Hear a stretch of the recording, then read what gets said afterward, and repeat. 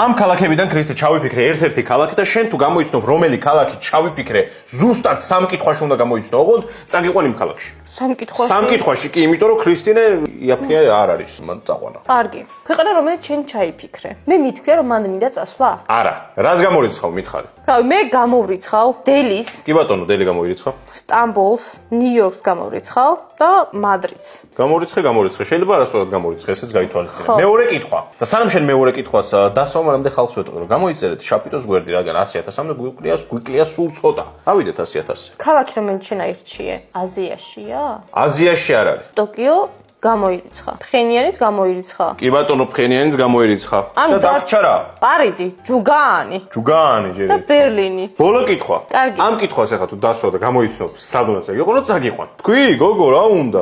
წახვიდოდი ისე მან. მე პარიზში, მაგალითად ბერლინში წახვიდოდი? კი. კაი, ბოლო კითხვა. ქალაქი რომელიც შენ აირჩიე, ევროპაშია? დიახ, სამივე ევროპაშია. და შენ ტყუილად გამოიყენე ეგ კითხვა და სულელურად დასვი მინდა გითხრა და ახლა მჭირდება პასუხი ქრისტინე. თუ გამოიცნობ წაგიყვან. მე ვფიქრობ ჯუგაანი იქნება. და შენ ხარ მართალი, შენ მიდიხარ ჯუგანში, ქრისტინე, ჯუგანში.